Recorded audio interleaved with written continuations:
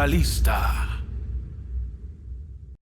Hola, he enviado esta historia a El Documentalista para compartirla con ustedes, ya que considero de suma importancia que las personas sepan que el mundo en el que vivimos actualmente está lleno de seres diferentes a los humanos, seres de procedencia maligna que rondan en nuestras casas, pueblos y territorios, que la magia y la existencia de algo más allá de lo físico existe, es real y hasta plausible.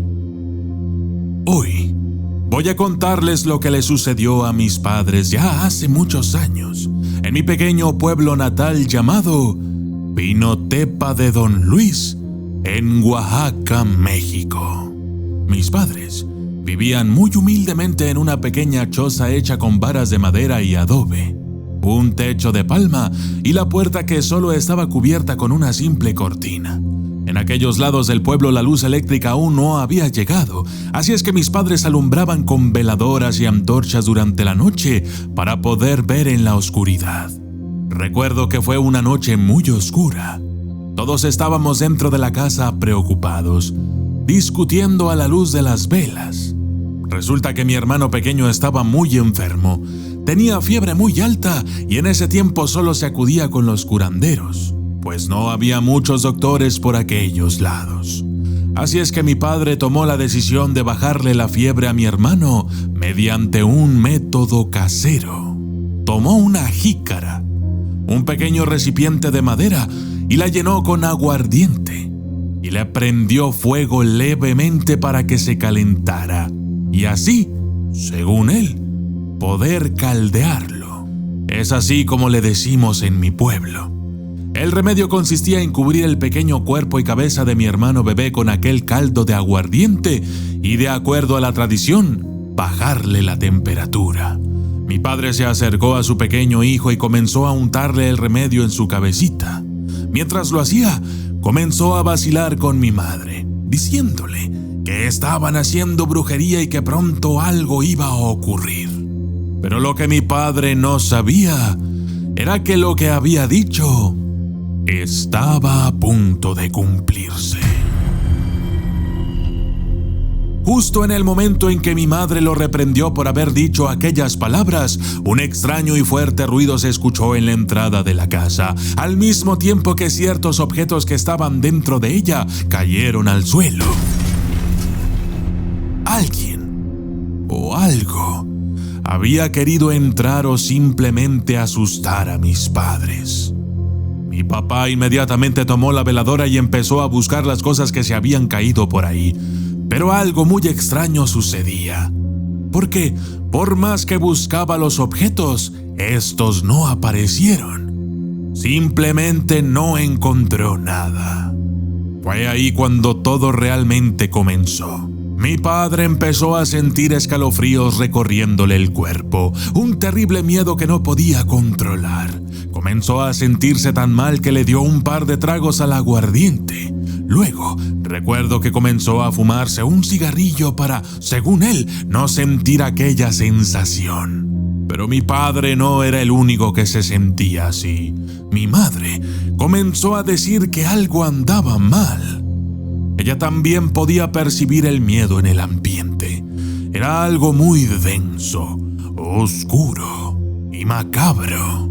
No recuerdo si también yo tenía el mismo miedo como ellos, o si simplemente sentía miedo por verlos a ellos totalmente aterrados. Mi madre comenzó a ordenar las cosas. Yo no sabía qué hacer, así es que simplemente estaba ahí, en el mismo sitio, esperando. Cuando de pronto, mi madre lanzó un grito que nos alteró los nervios a todos. A mi hermano pequeño se lo estaban comiendo las hormigas. Mi padre rápidamente tomó a mi hermano entre sus brazos y comenzó a quitarle las hormigas. Se veían desesperados. Tomaron la decisión de irse a casa de mi abuela paterna. Yo tenía mucho sueño, así es que mi madre me tomó en brazos y salimos de allí lo más pronto que pudimos. Llegaron donde mi abuela y pidieron posada. Mi abuela gustosa nos abrió las puertas de su hogar. Sin embargo, cuando mi abuela les preguntó qué era lo que estaba pasando, nadie dijo nada. Enseguida, mi padre le dijo a uno de mis sobrinos más grandes que los acompañara de vuelta a la casa para traer cobijas y almohadas. Mis padres y mi primo partieron con una antorcha en la mano en dirección a mi casa. Cuando llegaron, mi primo, sin saber nada de lo que había pasado, comenzó también a sentir aquel mismo terror. Se preguntaba si acaso nosotros habíamos salido de la casa por la misma razón. Mi padre le dijo que no le prestara atención a esos sentimientos, que se dieran prisa. Mi madre buscó algunas cosas, mientras mi padre y mi primo le ayudaban con otras. De pronto, mi madre comenzó a entrar en pánico, gritando de horror, diciendo que no sentía la mitad de su cuerpo y que era como si algo la estuviera sujetando. No esperaron más y tomaron a mi madre y la sacaron de allí. Al llegar a la casa de mi abuela de nuevo, mi padre por fin comenzó a contarles lo que les había sucedido. Mi primo, aún asustado, renegó y dijo que, de haber sabido lo que sucedía, él nunca habría ido con ellos. Transcurrieron los días y nadie se atrevía a ir a la casa. Era algo muy extraño, no poder vivir en tu propia casa. No fue sino hasta después de casi 2 meses que mis padres se armaron de valor y decidieron volver. Cuando llegamos, nos dimos cuenta de que aquello que nos había estado atormentando seguía ahí. Era exactamente la misma sensación de terror que el primer día. Pero mi padre estaba cansado. Se armó de valor y exclamó en voz alta: «Seas lo que seas, no vas a sacarnos de nuestro hogar». Finalmente cayó la noche y nos preparamos para dormir, aunque continuamos con esa maldita sensación de terror. Fue aquella noche cuando mi padre tuvo un sueño. En ese sueño se veía haciendo todo lo que él había hecho durante el día, incluso la plática que tuvo con mi abuela y mi madre cuando habían prendido fuego a un montón de hojarasca al pie del árbol de mango que estaba en el patio de atrás. Pero hubo algo diferente en aquel sueño. Mientras mantenían la plática, él giró la cabeza hacia el árbol en donde quemaban la hojarasca, y en una de las ramas vio a una criatura que lo miraba de una manera muy particular. Mi padre dijo que era como si lo viera con mucho odio. Era una criatura con cabeza de cabra, manos de gato, las orejas largas, una pata de gallo y otra de caballo, las alas de murciélago y una cola larga.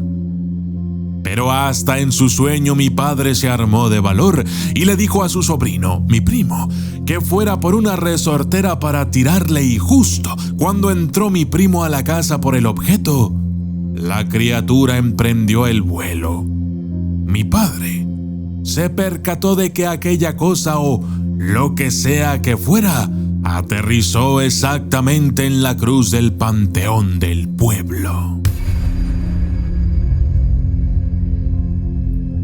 Aquel sueño fue un indicio de lo que realmente ocurría, pues se dice que en esa cruz se llegan a realizar brujerías por la noche. Fue desde entonces que mis padres no volvieron a sentir aquella maldita sensación de miedo y todo volvió a la normalidad. Pero eso sí, la mala experiencia los marcó. Pasó el tiempo y la sensación de terror poco a poco fue perdiendo fuerza. Actualmente ya no vivimos en esa casa, pero mis padres aún recuerdan aquella terrible sensación como si les hubiese ocurrido ayer. Un agradecimiento especial para Elizabeth Galán, que fue quien me compartió esta historia. Y yo soy el documentalista. Y esto fue Terror Diabólico. Mi Mi libro, El Vademecum del Terror, ya está a la venta en Amazon.com. Verdaderas historias de terror, casos reales que te dejarán pensando si realmente existe ese otro mundo, el de los espíritus, el de los fantasmas y los demonios. El Vademecum del Terror hará que tus noches no vuelvan a ser las mismas. Con él, tu imaginación viajará por nuevos mundos e inexplorados territorios llenos de misterio, terror e intriga. El Vademecum del Terror son experiencias y casos que llegaron a mí por parte de aquellos a quienes el terror los sorprendió cuando menos lo esperaban. Yo soy el documentalista y esto es El Vademecum del Terror.